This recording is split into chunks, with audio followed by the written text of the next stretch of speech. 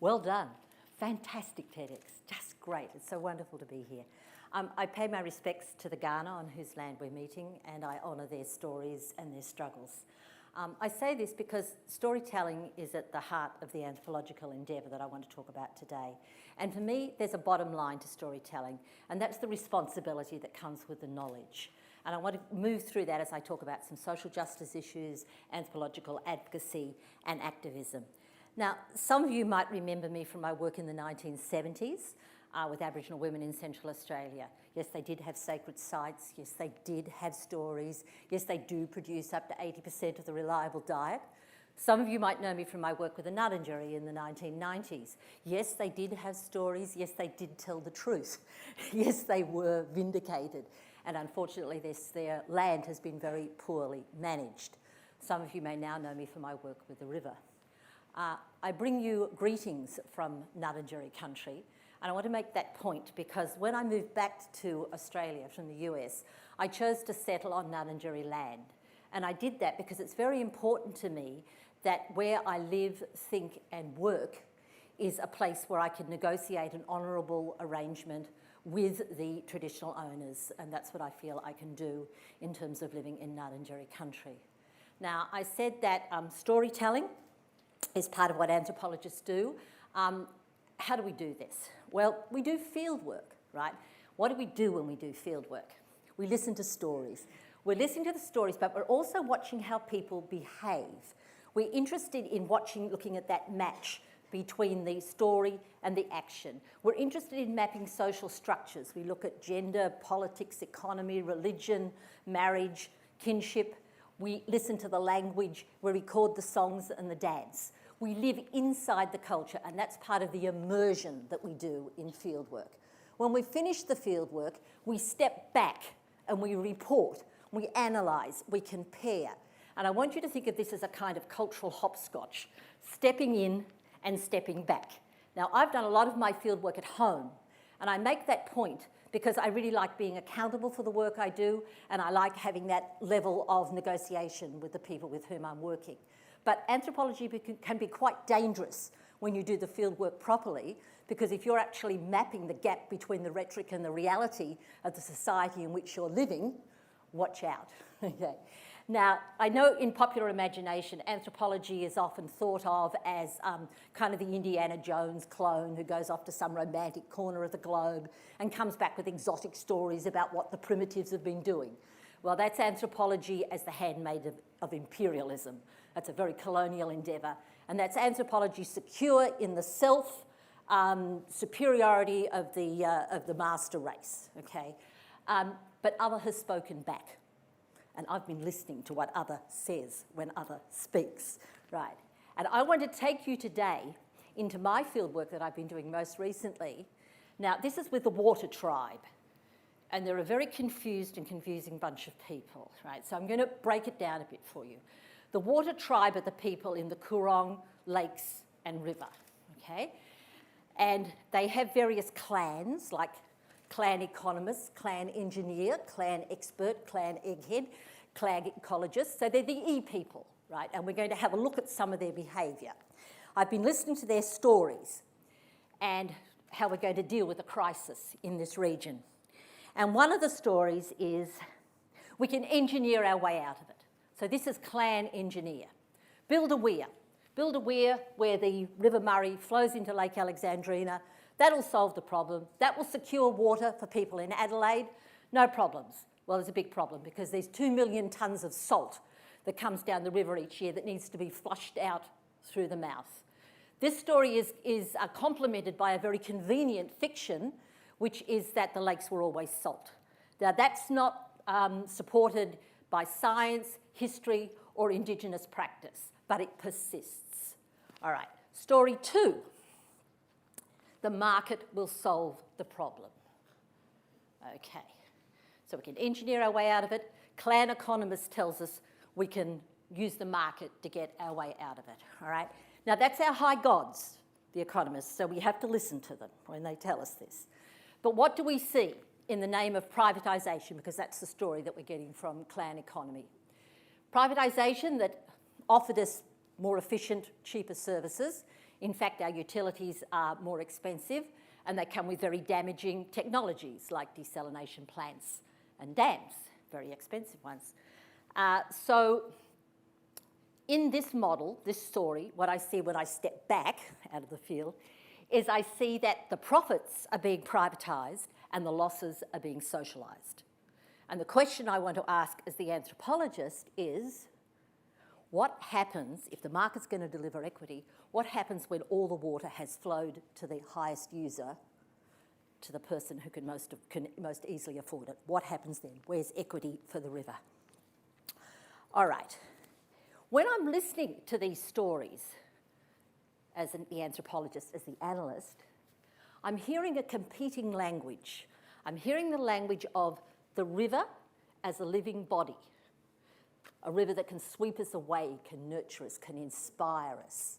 And I'm hearing the story of water as a thing, a commodity that can be bought and sold and moved around at will.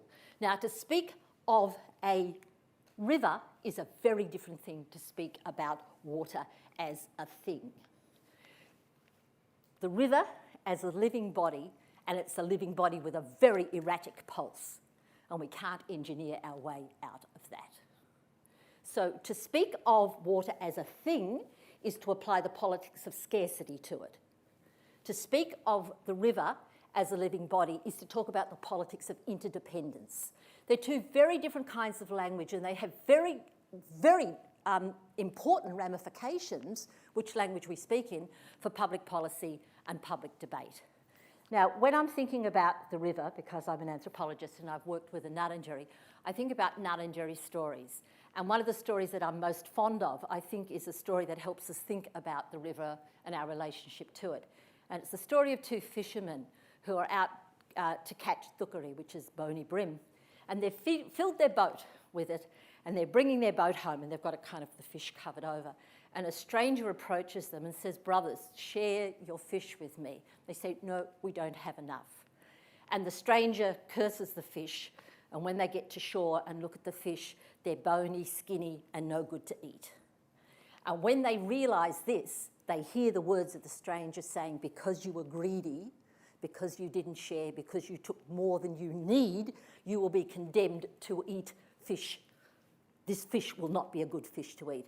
And at this point, they realise that that person, that stranger, was in fact Ngarrindjeri, who is the major lawgiver of the region. Now, this is a story, stepping back now as anthropologists, this is a story that prompts us to ask, what are we growing, for whom, and why? Is it the family farms? Is it the managed investment schemes? What are we growing? Indigenous people survived for millennia in this region. What have we done? All right, so I've been listening to the stories. I've been reading the sacred texts of this society. I've been listening to the experts, all these e-people. So after that level of knowledge, what forgiveness is there? What's one going to do? Well, one's going to go into the streets, take one's knowledge and do something with it. Right, so in 2007, Adelaide ran yellow with our protest, which was Stop Rands Weir. That was the weir that was going to be built at Wellington across the Murray. Stop Rands Weir. No damn weir, we said. One politician said to me, "It's nobody's weir. Why do you say it's Rands Weir?" I said, well, it's got to be somebody's, right? It was, and we stopped it. Round of applause. Okay. Locals knew that techno-fix, from their local knowledge, they knew that that was no solution to the water problem. There was water in the system, we could get it through the system. What it needed was the political will to do that. The regulators that were built in the lower Murray, we didn't have so much success with, but they're coming out. So we erected a memorial to the river as it closed off between Hindmarsh Island and Clayton. We opened a new institution, which we called the Freshwater Embassy, based on the tent embassy, the Aboriginal tent embassy in Canberra in 1972. Now, our embassy spoke for the people who couldn't speak for themselves, who were the freshwater species. And we stayed there for the 8 weeks that it took to close off the river at that point. We negotiated with the Ngarrindjeri, they stood with us. We kept a peaceful vigil through the whole period. We also had fun. You have to have fun when you're doing these deadly, serious protests, when you're getting abuse and disrespect back in your face. You've got to do something that brings in people who don't want to have those kind of arguments all the time. So we wrote a series of Christmas carols, which was the Murray Christmas Carol Songbook, which was a sellout, I have to tell you, in 2009. So here's an example. On the 5th day of government, on the 5th day of Christmas, the government sent to me 5 new wheels. You get it.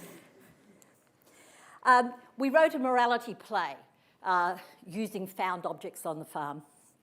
And we'd heard that Mr. Howard had said what we should do is pray for rain.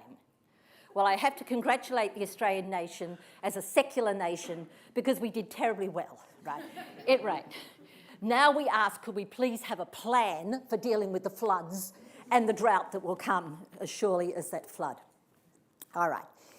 The mouth is now open and flushing. The mouth, I want you to think of as clan environment. Who speaks for the mouth? Now, I've been listening to the stories of the mouth. I walk to the mouth regularly. So I was thinking, what if the mouth could tell us what it thought, if it could really speak? So I started to think, what might the context be? So I thought, I really want to write a manifesto. So this is going to be the Murray Mouth Manifesto, okay? And this is because there's a spectre of privatisation hanging over Australia, right? We used to believe in the country, some kind of social justice sharing. Now it's grow, grow, grow, feed, feed, feed the machine, more rice, more cotton, more cheap wine. The Murray Mouth doesn't think this is a particularly good way to go. So this is what the Murray Mouth says. It says, you have modelled and maddened and measured me. It says, you have legislation, the Water Act. Use that legislation to create a situation where my body will be healthy and you will all be healthy also. So return that resilience to me. You have the legislation, do it. It then says, you have $10 billion in the budget. Use that money to renegotiate your relationship with me instead of putting it into more mismanagement. And then as a finale, the river says, congratulations. You survived the global financial crisis. Can you survive the global environmental crisis? Because I have reached peak water. Where is my stimulus package? Now, the problem is, once you've looked at the world through the anthropological lens, it's hard to unlook, right?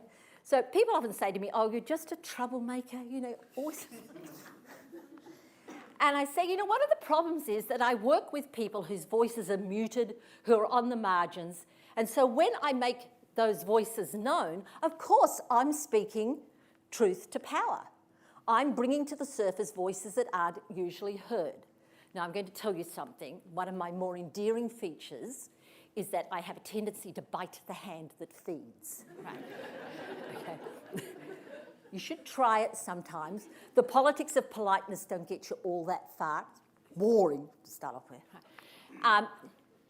You'll get some pushback, but you know, you'll hear some more stories. So,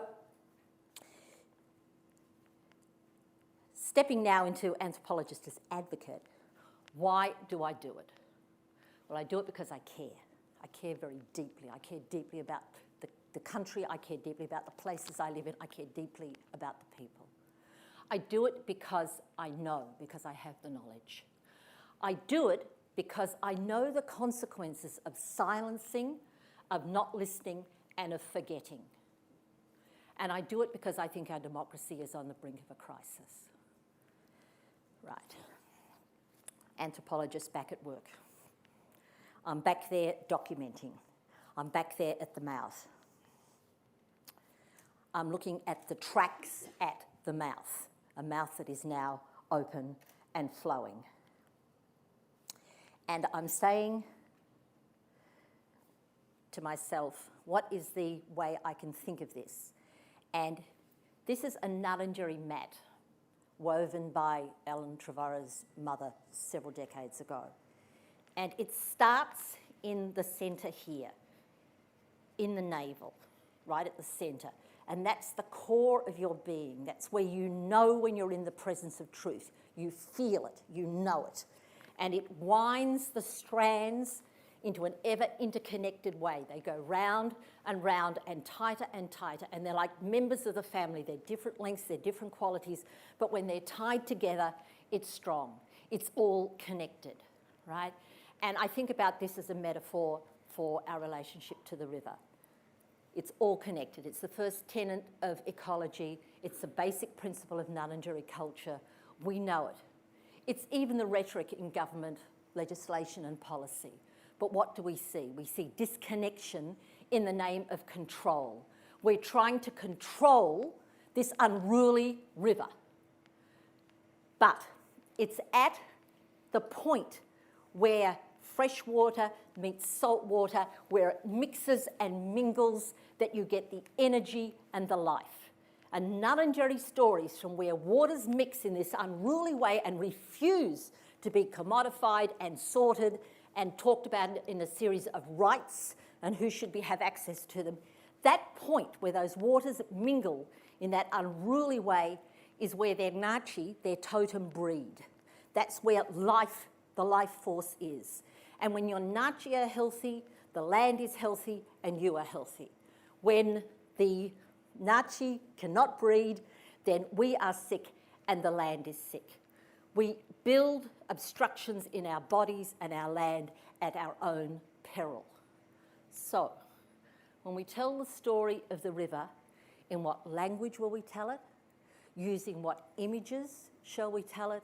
With what reach and what consequences? What story will you tell? Thank you.